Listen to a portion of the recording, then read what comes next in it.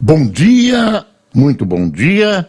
Está no ar o Jornal do Boris. O Jornal do Boris é um sobrevoo pelos principais acontecimentos do Brasil e do mundo a partir das primeiras páginas dos jornais. Tem uma notícia internacional que chegou de madrugada, ainda não está nas primeiras páginas dos jornais, que é os Estados Unidos modificando, de certa maneira, a sua posição com relação a Israel e adotando uma posição de pedir cessação imediata de fogo na região, no confronto entre Israel e o Hamas. Foram declarações feitas pelo ministro de Relações Exteriores, é o secretário de Estado nos Estados Unidos, Blinken, que está na Arábia Saudita. O Blinken está viajando o Oriente Médio como um guia turístico.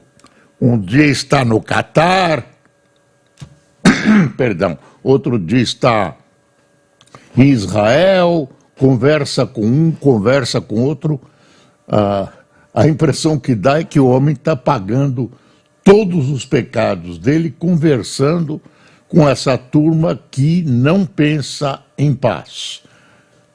Eu estou vendo aqui, não está nem nos sites ainda, mas o G1 está aqui, ó. Estados Unidos, isso, Fernando, Estados Unidos mudam estratégia e pedem na ONU cessar fogo imediato em Gaza. Aliado de Israel, o governo americano vetou as resoluções anteriores sobre o conflito, inclusive aquela proposta do Brasil. Segundo Blinken, a proposta está diretamente ligada à libertação de reféns sob poder do Hamas. Estados Unidos vetaram resoluções anteriores apresentadas por outros países, inclusive o Brasil. Segundo Blinken, a possibilidade de cessar fogo imediato está ligada à liberação de reféns que estão sob poder do grupo terrorista Hamas.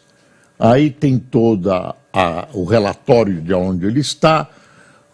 O secretário afirmou que os Estados Unidos estão trabalhando em conjunto com o Egito e o Catar para que haja um acordo de cessar-fogo entre Israel e o Hamas com libertação dos reféns.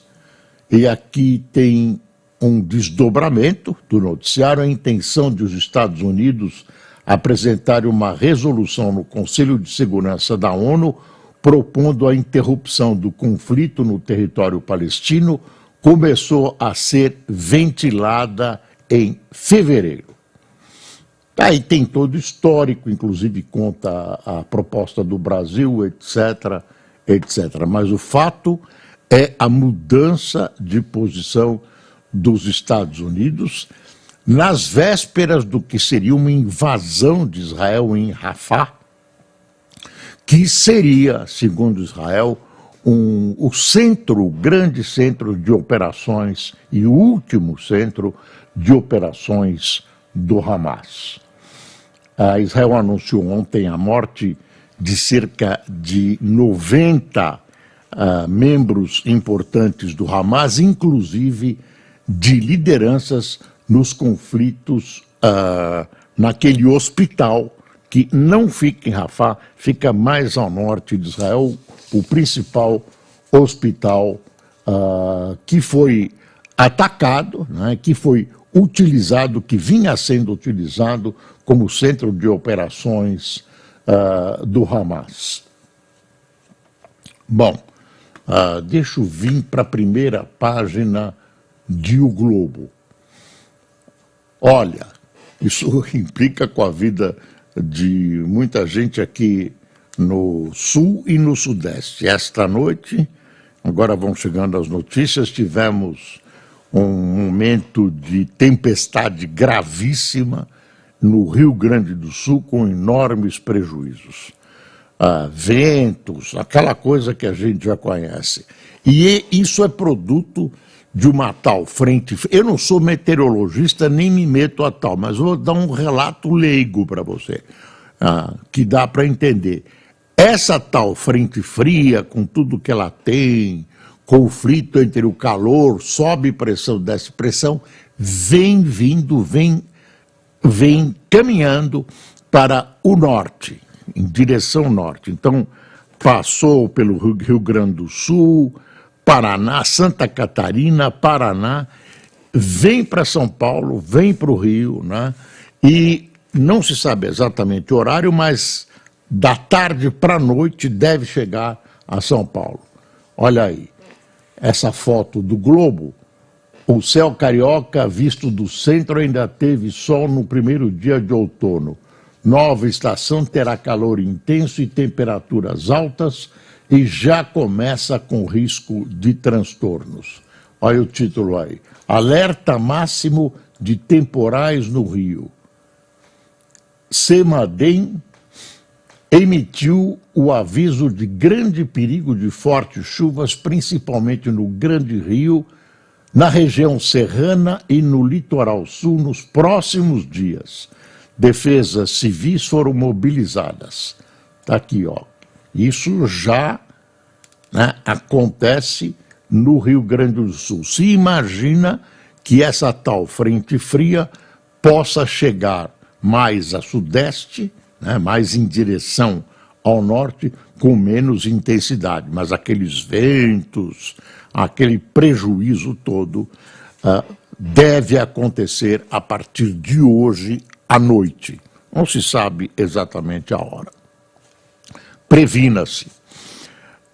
Falando em prejuízos, a Enel continua apavorada, agora usando geradores para tentar resolver problemas com a rede em São Paulo, exatamente no centro de São Paulo.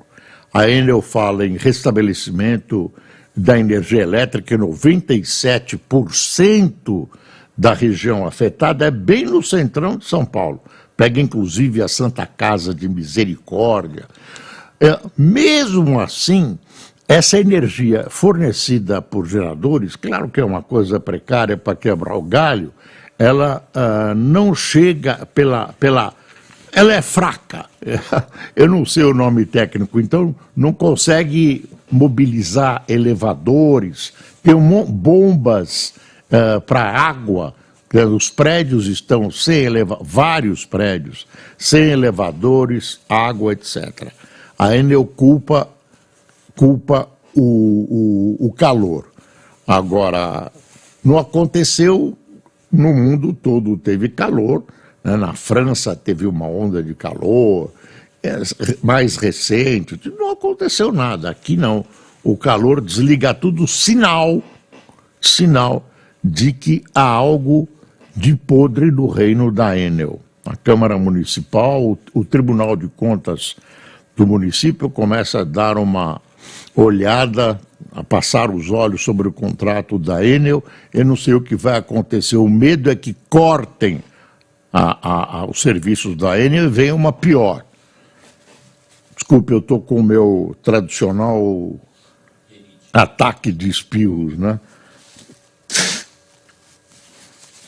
O Cássio fez aqui usou o diploma de médico dele para diagnosticar o que eu tenho. Vamos lá. BC baixa juros a 10,75%, mas abre espaço para reduzir ritmo de queda. Esse é o Globo, né? Copom só confirma corte de 0,5 ponto da taxa Selic em mais uma reunião.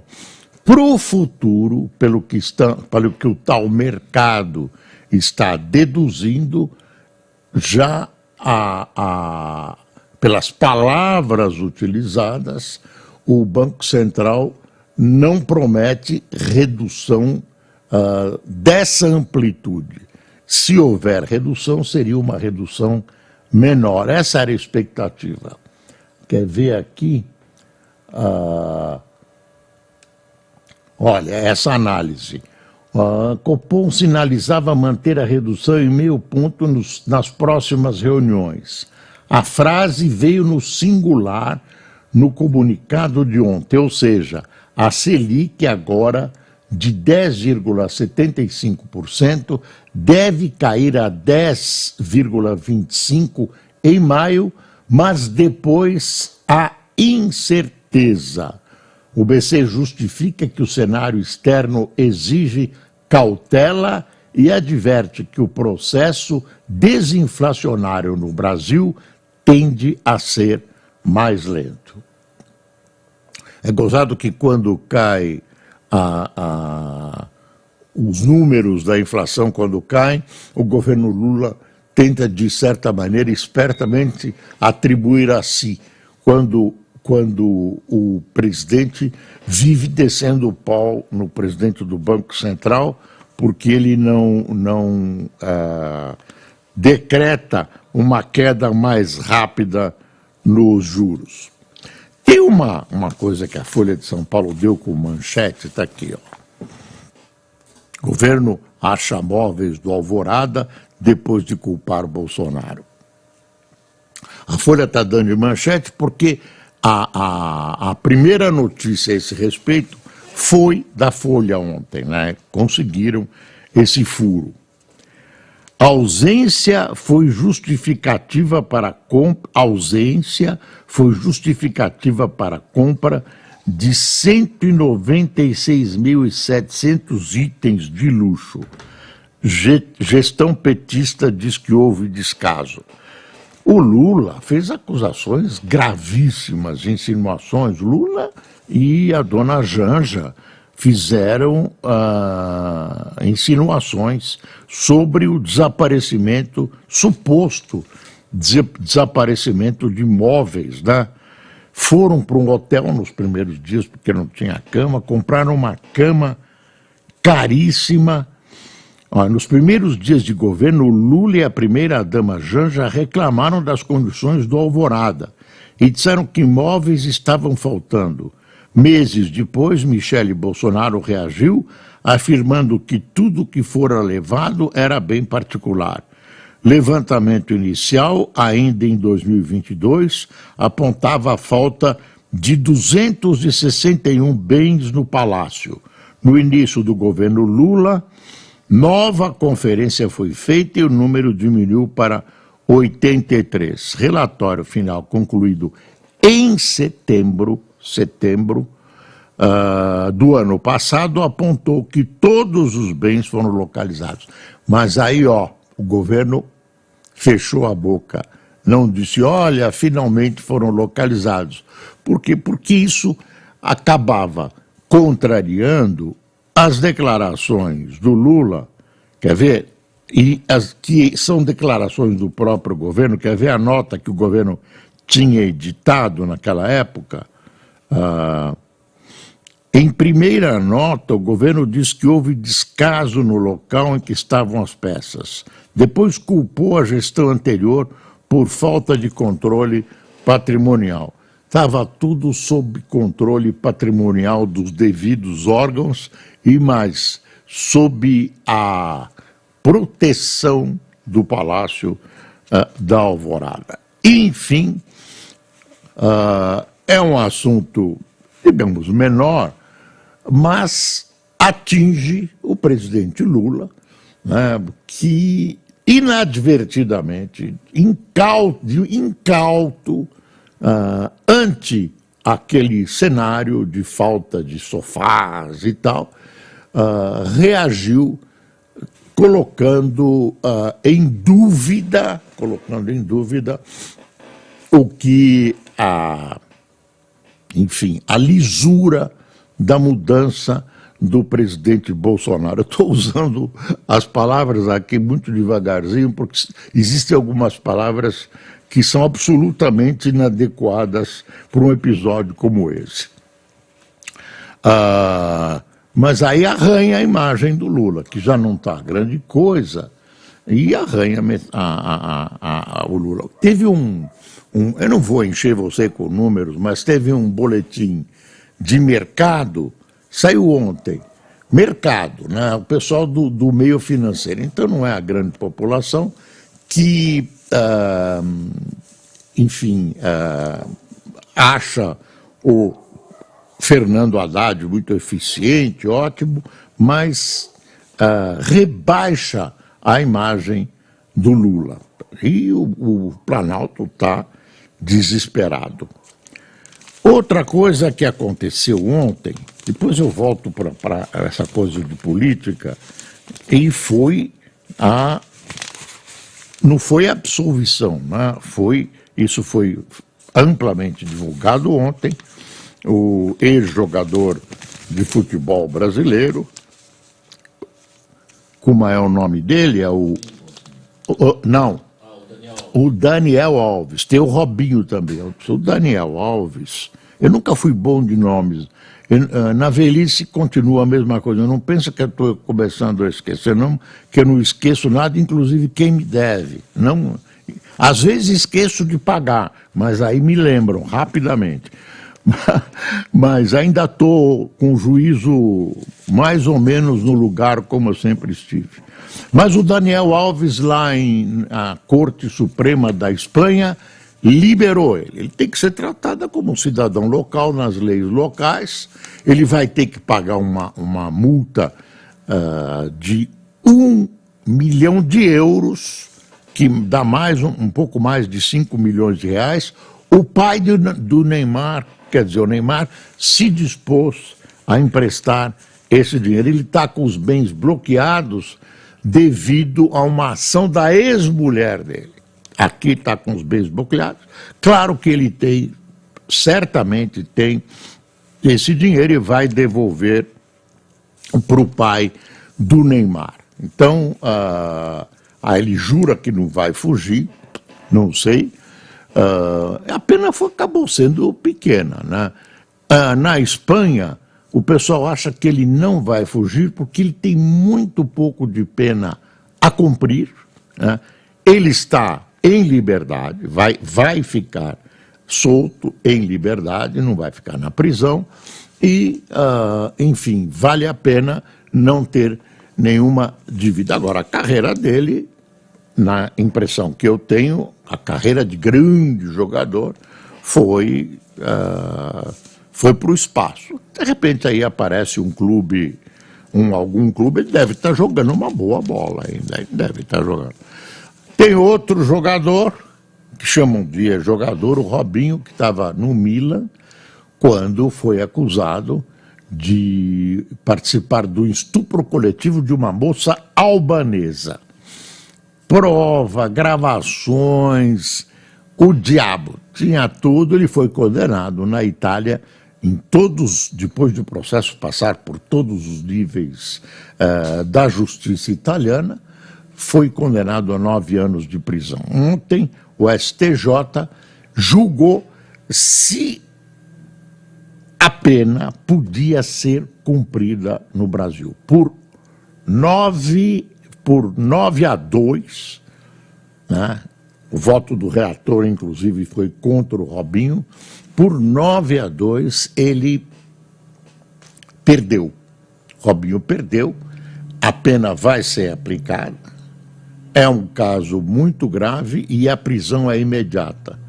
Pelo menos pelo noticiário de hoje e pelo menos pelo que decidiu o tribunal ontem, o STJ, a pena deverá ser cumprida imediatamente. Tem aí um pouco de burocracia, tem que mandar um ofício para um juiz em Santos, de execuções penais e tudo. Eu não sei onde ele vai cumprir essa pena, mas é regime inicialmente fechado. A pena, pelo que eu sei, tem que ser cumprida de acordo com as leis brasileiras. Mas aí as leis são duras. O Estadão está aqui, dá uma manchete de um assunto palpitante. Congresso acaba com saidinha de presos. Estudo é única exceção. Então, a saidinha acabou, mas não duramente, como estava no projeto anterior, voltou para a Câmara, houve um acordo, por isso o pessoal acha que o Lula vai assinar. Tem gente protestando, tem gente que acha, e aí juristas que acham que o fato de você retirar, digamos, direitos já obtidos por grande parte da população carcerária vai provocar revoltas dentro dos presídios. E o argumento é o seguinte: 5% saem e não voltam, 5% dos que saem e não voltam fazem com que a totalidade daqueles que saem, mais de 40 mil, sejam penalizados com esse castigo, né, que é o fim da saidinha. Nós vamos ver se nessas datas que a saidinha foi proibida, feriado, não pode mais sair. Só pode sair para estudar. Quer ver? Em votação simbólica, a Câmara dos Deputados aprovou o projeto que restringe a saída temporária de presos aos casos de inscritos em cursos profissionalizantes ou que cursam ensino médio ou superior, e somente pelo tempo necessário para essas atividades. Apenas o PSOL protestou durante a votação.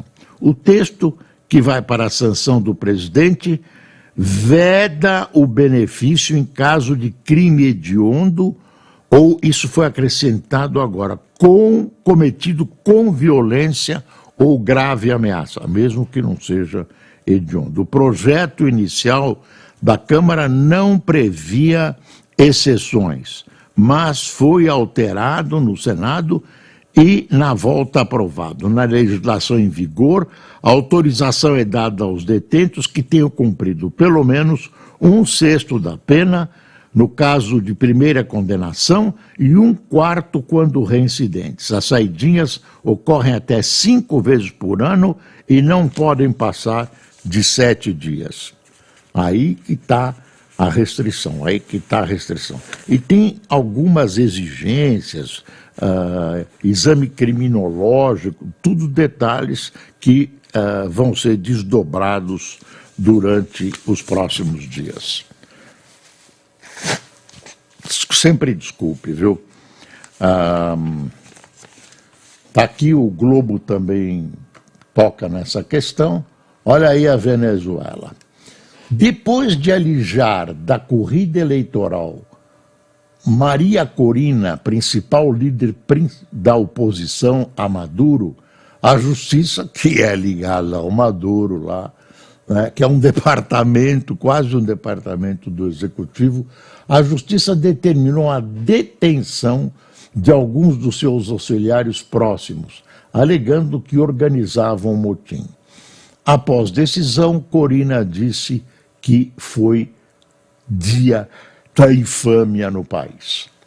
Só o Lula e o PT acreditam que as eleições serão feitas com total lisura, que a Venezuela é uma democracia, enfim. Agora, falando de diplomacia, titubeando, porque tem esse desgaste que assustou o Lula, provocou essa reunião ministerial, a ministra da Saúde chorou, o governo procura melhorar a sua comunicação, tem gente que diz que em vez de melhorar os fatos, né, a origem do problema, melhora a comunicação. No começo foi assim, segurança pública, disseram, vamos comunicar melhor segurança pública e soltaram aí um monte de, veja a nossa polícia, que maravilha, polícia, não era isso, né? O que o pessoal está esperando é eficiência. Bom, aí, com esse cuidado todo, pisando em ovos, está caro, hein, pisar em ovos hoje, pisando em ovos, o governo mandou uma carta para o Putin, enfim, cumprimentando pela, entre aspas, vitória, também um governo autoritário, que eleição. Aí cumprimentando, está uma carta. Então já os adversários caíram em cima do Lula. Aí, minha gente, tem que mandar uma carta. O Brasil tem relações com a Rússia. O Lula pode gostar ou não do Putin, mas o Brasil tem relações comerciais, relações diplomáticas, etc., com a Rússia, e não há por que não mandar uma carta formal cumprimentando o Putin. É quase uma obrigação diplomática. E aí lembra o Itamaraty que quando o Lula foi eleito, o Putin mandou também uma carta para ele. Eu acho que lá não sei, acho que o Putin fez isso para não comprometer o Lula. Bom, mas o Lula acha que a Rússia é uma democracia também. Então, quer ver uma coisa gozada aqui? Pix de 1 centavo vira meio de comunicação. Transações de 0,01 via Pix viraram uma forma de enviar mensagem de texto. Segundo o Banco Central, 35,3 milhões de operações com esse valor foram realizadas em 2023. O que é isso? Alguém entende aí? Página 10 da Folha. Vamos ver se a Folha entendeu. Está aqui, na página. E usar 0,01 de mensagem de texto. Imprensa A10. Não está. Não está, deixa eu ver aqui. Página 10. Página 10 está aqui. A10. Não está. Não está. Isso acontece nos melhores jornais. Está aqui, ó, não está. Bom, é uma coisa curiosa, pelo menos. Está na primeira página. O União Brasil afastou o Bivar da presidência e analisa expulsão. Está em crise o União Brasil. Dirigente foi destituído temporariamente em reunião marcada por tumulto. Isso é uma vergonha. Um partido que um ex-presidente se desentende com o presidente eleito, um põe fogo na casa do outro, na casa de praia, enfim. Mas sobre pequena política, tucanos apoiam Nunes com aval de Tomás Covas, que é o filho de Bruno Covas, mas presidente do PSDB rejeita. Deixa eu ver. Tem uma análise sobre o Chega, que é o partido direitista que ganhou, que aumentou, né, a sua população legislativa. O Brasil volta a subir no ranking da felicidade, era uma notícia de ontem. Foi aprovado o ensino médio, né? Foi aprovado esse tal ensino médio, empurra para cá, empurra para lá, foi aprovado. Tem um editorial da Folha e do Estadão sobre o atraso, a demora da reforma tributária. Diz o Estadão: é preciso acelerar a reforma tributária. Há muito a ser feito e pouco tempo para concluir os trabalhos para regulamentar a reforma. Governo e legislativo não podem titubear nem se perder em disputas de poder inócuas. Todo mundo festejou, blá, blá, blá, e agora está parado. E o Estadão reflete uma sensação que nós tivemos e que a população viu: o show de Lewandowski. Ele adiantou, já o Flávio Dino tinha adiantado também, que já estava quase resolvido o caso Marielle e que tinha sido aprovada uma delação premiada, ia dizer dedação, imagine, delação premiada, e do Lessa, que foi quem atirou, e agora já aparece um deputado brasão envolvido, tem toda uma história. Agora, não se chegou à solução disso, e muito menos do caso Mossoró, que tem tropas, segurança nacional, aviões, helicópteros, disco voador, tudo envolvido, gente procurando cães ferozes, onças, leões, tigres, tudo, navios, caravelas, e aqueles 2 caras que fugiram de Mossoró continuam desaparecidos. Aí querem resolver o crime no Brasil. Pá, não vão resolver nada. Aí prenderam 12 PMs que eram seguranças de um grande bicheiro carioca. O jogo do bicho está livre, qualquer esquina tem jogo do bicho. Aí prenderam tudo, gente. Eu estou com 83 anos, há 80 que eu ouço falar que o jogo do bicho vai acabar e tal, e tem sucessão, família por família e tal. Chegaram ao nível de propor a legalização do jogo do bicho, mas com os atuais bicheiros.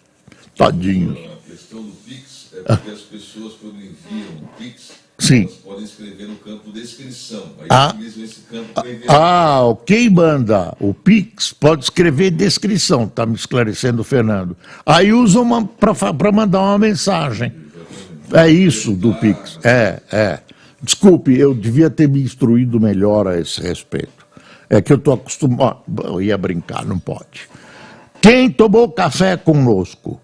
Juliano Gomes, Glória Marins, Silvério dos Reis. Estou brincando com você, Cássio. Não podia. Silvério dos Reis foi o traidor de Tiradentes. De repente é algum parente, tá? Se for, desculpe. Está cheio de Silvério dos Reis por aí. Grace Braga, Alaor Dorango, Éder Trombini, Lauro Arruda, Marco Reis, Anderson Anselmo, Edir Machado, Marlene Rosa, Pietro Dias, Eugênio Bolzan, Isalino Ferreira, Edson Prado de Porto Alegre, Silas Oliveira de Caxambu, Minas Gerais, Ayrton Mendonça de São Luís do Maranhão e Conceição Lages de Nilópolis. Para encerrar, tem uma briga lá, o Lula abriu uma central para reunião climática lá no Pará, diminuiu a importância do Pará. Tem uma briga aí a esse respeito, a gente vai ouvir falar muito nos próximos dias. Pessoal, muito obrigado por sua atenção, um grande abraço e lembre-se, é preciso passar o Brasil a limpo. Bom dia.